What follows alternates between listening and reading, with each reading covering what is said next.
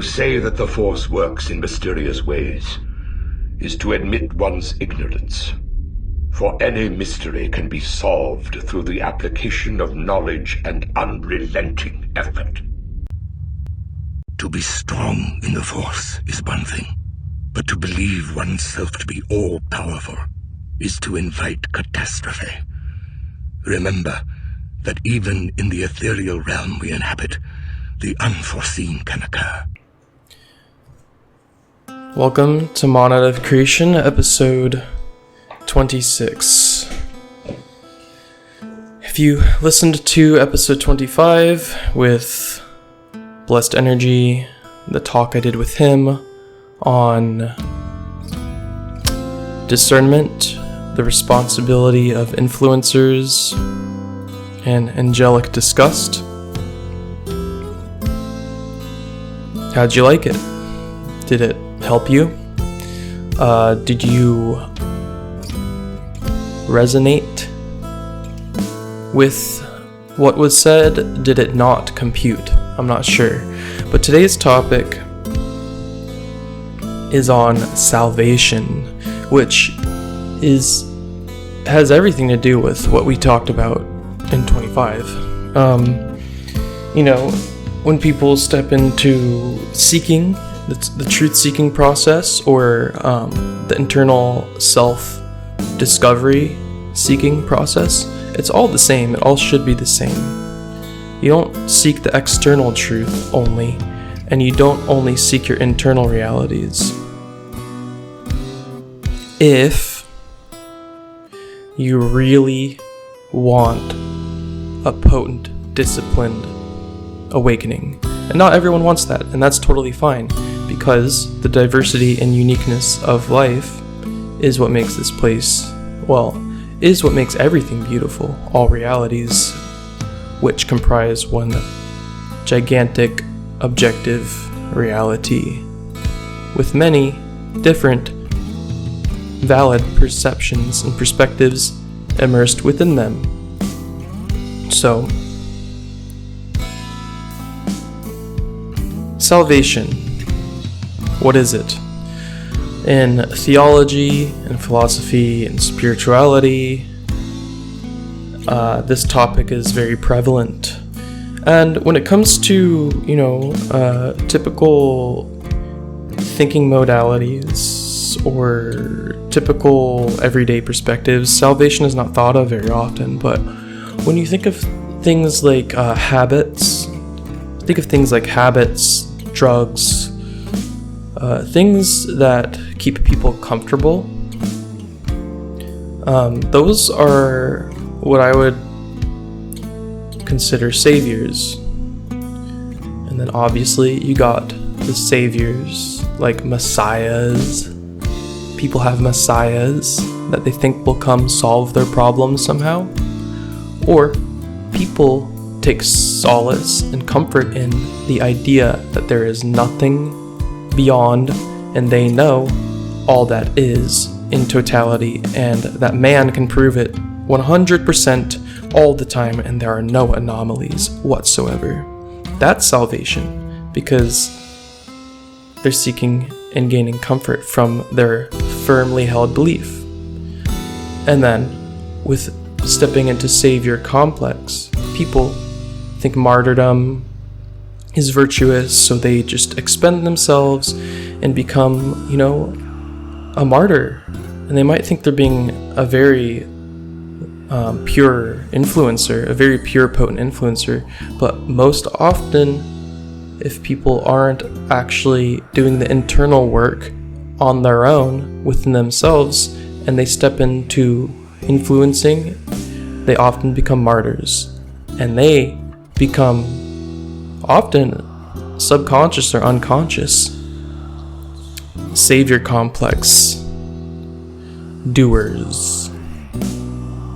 They might energetically be messiahs, trying to save everyone around them, which ultimately gives them a sense of saving themselves because they think they're doing good work. I digress. This concept of salvation has been in the minds and hearts and the totality of being for all humanity since forever, really. And there may have been, just think about it for 1 second before I begin with this topic. What if there was a time with human civilization? Just consider it, if you can. What if there was a time where humans didn't fixate and worry about the future all the time, fixate and worry about others all the time, and surely did not fixate and worry about how they're going to be saved by an external factor? What if there was a time where humanity had open, flowing knowing within themselves and coexisted in this, at oftentimes chaotic, disharmonic, beautiful co-creation? What if there was a time where there was not as much nonsense? I could simply say it like that. Keep that in mind for this talk. So, in recorded history,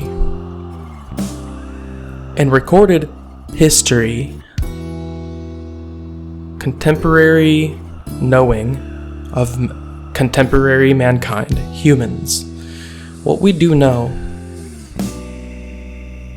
and sure, I should have said it at the beginning, this is my perspective, I'm not forcing anything on you, this is what I've come to know with my experiential knowledge, and that's that. I'm just sharing and doing what I have to do, what I want to do, what I came to do. So, since contemporary humanity has discovered the ancient past through archaeology, history, documents, oral tradition, humans have always strived for being saved in some form or fashion. And the striving for being saved implies a lack. What is this lack? This fixation and obsession, and even really caring about salvation or anything regarding saviors or being a martyr for others, but specifically the whole entire topic of salvation, it implies lack of some sort. It implies a lack of, security, comfort, but I would say a lack of true internal guidance, knowing, and feeling. The obsession and focus on salvation implies it's a prerequisite for beings to be fixated on salvation and healing all the time and finding the totality of creator or the totality and lack of anything else anywhere in between. This fixation on salvation through belief, whether it's religion, spiritualism, scientism, atheism, nihilism, Rastafarianism, any ism, schism, which, by the way, all boil down to core beliefs. So it doesn't even have to be a solid ism schism. It could be a belief in some way a being, some way an individual believes in being fixed. Salvation entails an external savior, an external saving mechanism, an external quick fix, which negates all requirements of doing an internal looking yourself in the mirror, checking yourself, respecting yourself, enjoying yourself, and really doing the science of perception and embodiment. Perception and embodiment. brings forth behavior. So if it's pure perception with healthy embodiment, there's probably diligent, disciplined behavior, maybe.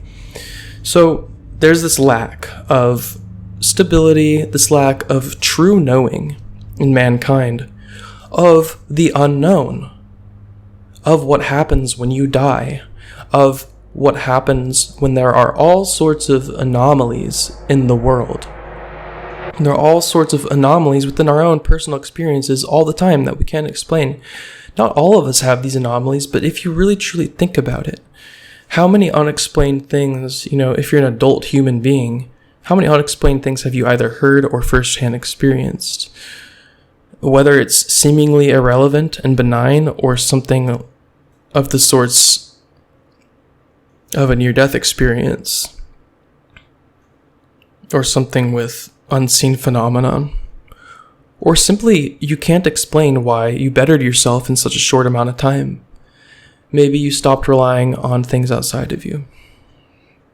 So I'm going to explain a two-way street that I like to see. Or wait a second. I typically don't edit these podcasts. I actually haven't edited one to date. But I will just edit myself here. Real candid. I'm a human too. I make mistakes. I did not say I would like to see this. I would rather never see any of this behavior again in my lifetimes. Ever. But I don't expect or assume, so I don't really worry about it. It's just, I think it's not as truly evolutionary as things could be. And I'm going to explain these two paths that I have observed in myself at one point and plenty of others all the time. So as I said in 2 episodes ago, I made truth a religion, right? So this has to do with that. It has to do with a lot of this. So we're going to start with the seeker, okay? You're a seeker and you might be looking for the totality of, all that you can seek, all that you can know, all that you can find. So you're finding out truths. You're finding out perspectives in reality. You're finding out yourself, perhaps. And so when you are a seeker and you are discovering, awakening, whatever it is, you are often a sponge for information. You're a sponge for perspectives, and what that also entails is energetically, subconsciously, and sometimes unconsciously being comforted, being led,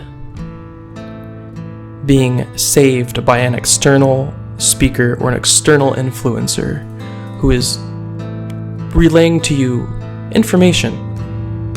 I'm not getting into if information is good or bad. This is a neutral perspective. If the being likes the information that's coming towards them and they're in this very sponge-like seeking mode, sometimes they start picking up these fragments of all the teachers and perspectives that they observe, all the different things they like, and they start being led in all these different directions. And their generative core, which should be flowing eternally from within themselves, and sure, in alignment with eternal spirit, with immutable great nothing, it's instead of flowing outward and discerning and looking at the external perspectives, the external information, looking at it, discerning, not even taking it in or rejecting yet. They're just discerning, figuring out if it's right for them or right with truth. And then if they like it, they just know it, integrate it. They don't get grafted or led or pulled by the influencer. They don't get heavily affected to the point where they start emulating that being and betraying themselves and honestly losing themselves. And what happens in the mind of these individuals, I have been there. You start to think that you're being saved by this external influence. You start thinking you're being saved by this external speaker or talker or influencer, teacher, whatever. Friend, family member maybe. These external things, these external informations that are really just creating this facade, this illusory aspect in your mind. The only change is within your mind, right? You're within your mindset. And it just becomes this huge illusion of being pulled. So when you're seeking, often, some people might they might be partaking in substances. And, let's say they think they're getting benefits from the substances, right? I'm talking about, in this case, mushrooms would be a good example, or marijuana, or alcohol. I don't care, you name it. I really don't care. Any substance. It could be, let's throw coffee into the mix, okay?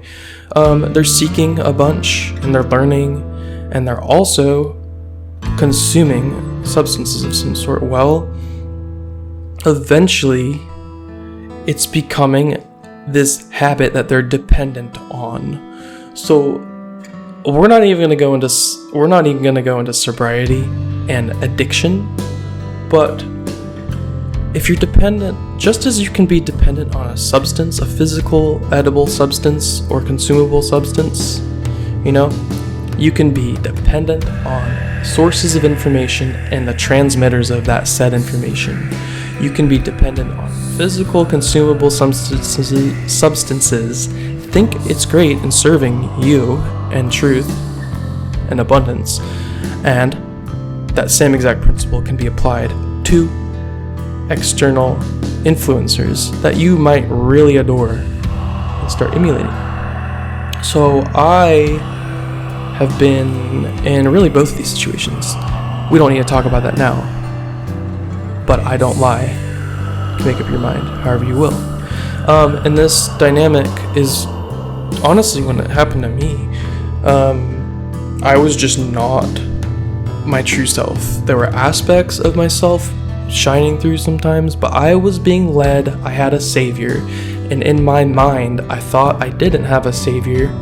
I thought I didn't have some sort of Jesus Christ mythos saving me and pulling me around.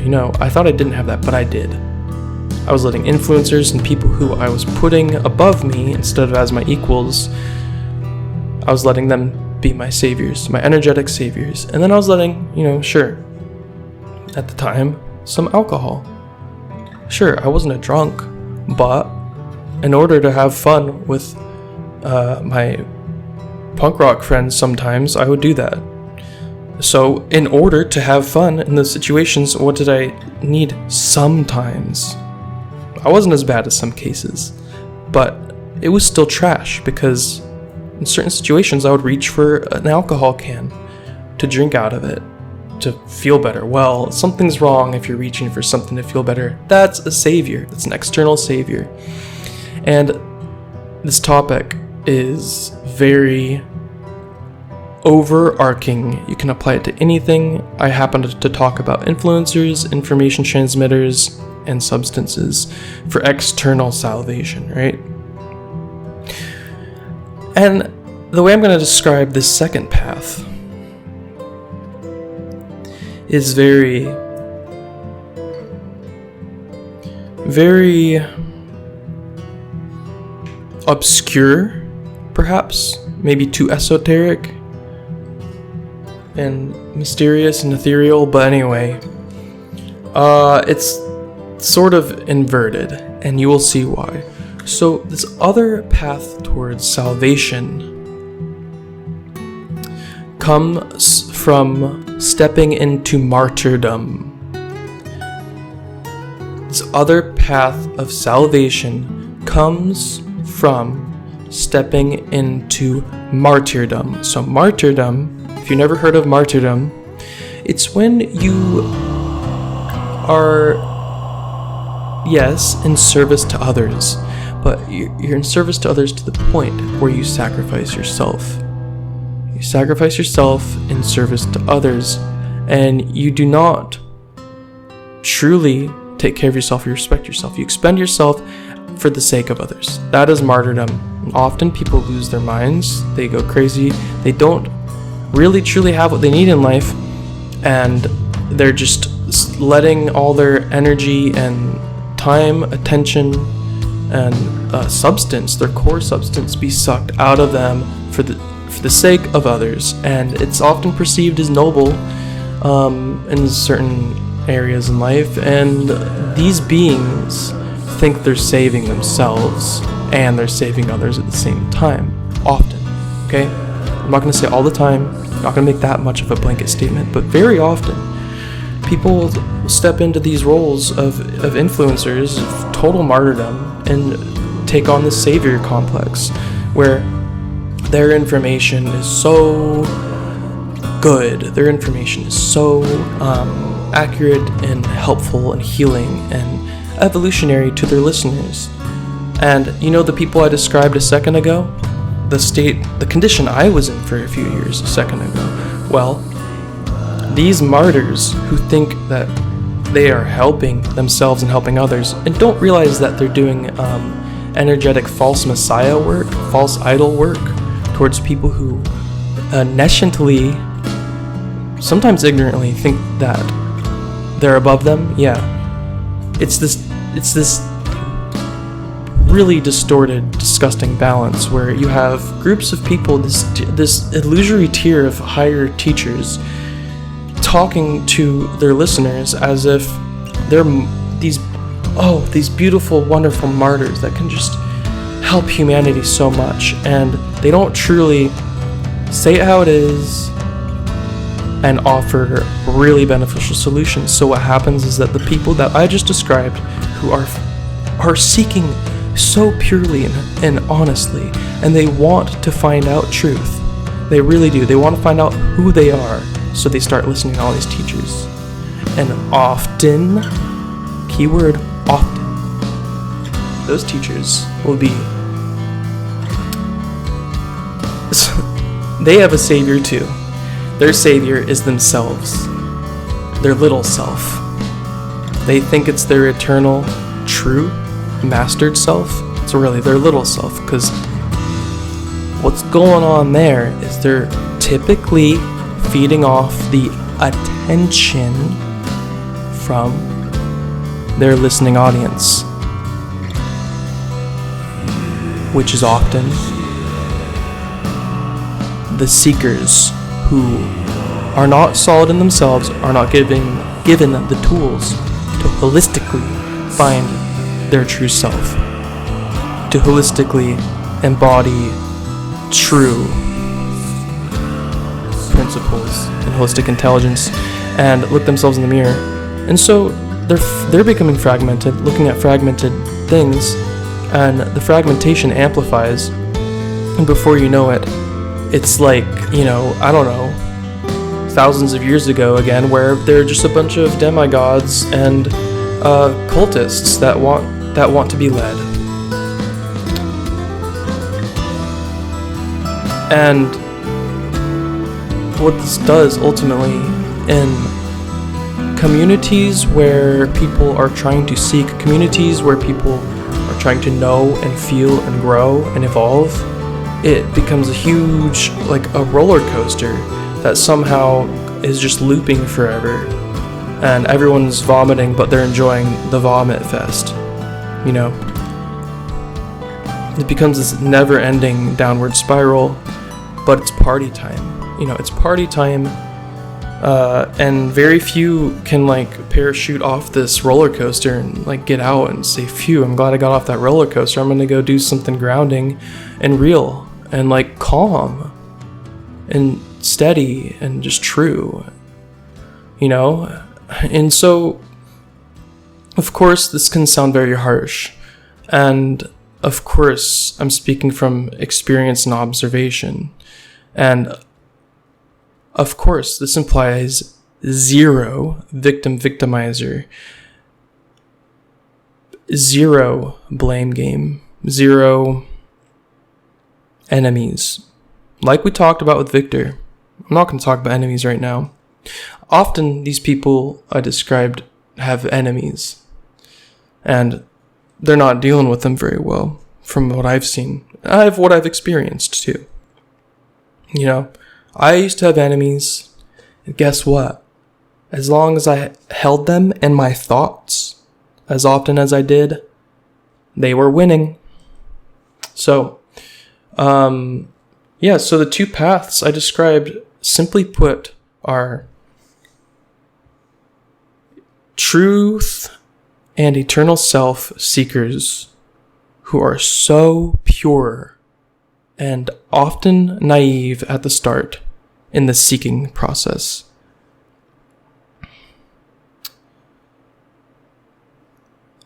Unconsciously, subconsciously, energetically being led on a leash, saved by an owner. And the owner is often an information transmitter of some sort. And the other path was someone who steps into the path of martyrdom. They think they're saving themselves and others in the process, when it's literally a feeding loop between the two. So I took a very modern take on salvation, because most humans, especially younger millennials and younger than that, and even some of the older generations, maybe the boomers perhaps, are not finding stability and actual methods within the orthodox religions, within, traditional mental health practices, things like that. So a lot of people are seeking to alternate sources of information right now in mass. And what I see happening everywhere is what I just described in this episode on salvation. So I think I'll title it just Salvation, and that's that. So rewind that if you need to, listen to it. It's very dense. No apologies. To update on the external supplemental teachings, I am doing a thought mastery workshop on June 1st, 2021, and the only way to access it is via the Patreon. And we will talk about how to master your thought forms, which implies learning how to generate pure thoughts and identify where any thought, what any thought, why any thought is. So Patreon, you also get some other supplemental content, $7.77 a month for the support of everything I do on the internet, which is all I have to do, truly. Higo Damask 144 on Twitch. And to close off this topic, really, honestly, folks, just really listen to your core knowing, your core intuition. And any feeling that comes through, be discerning with clarity in your mind and remain receptive to the great nothing, the unknown. And enjoy yourself, chill out. So this is really nothing frightening. This is really nothing so serious. Yet it's vital, important, and immutable.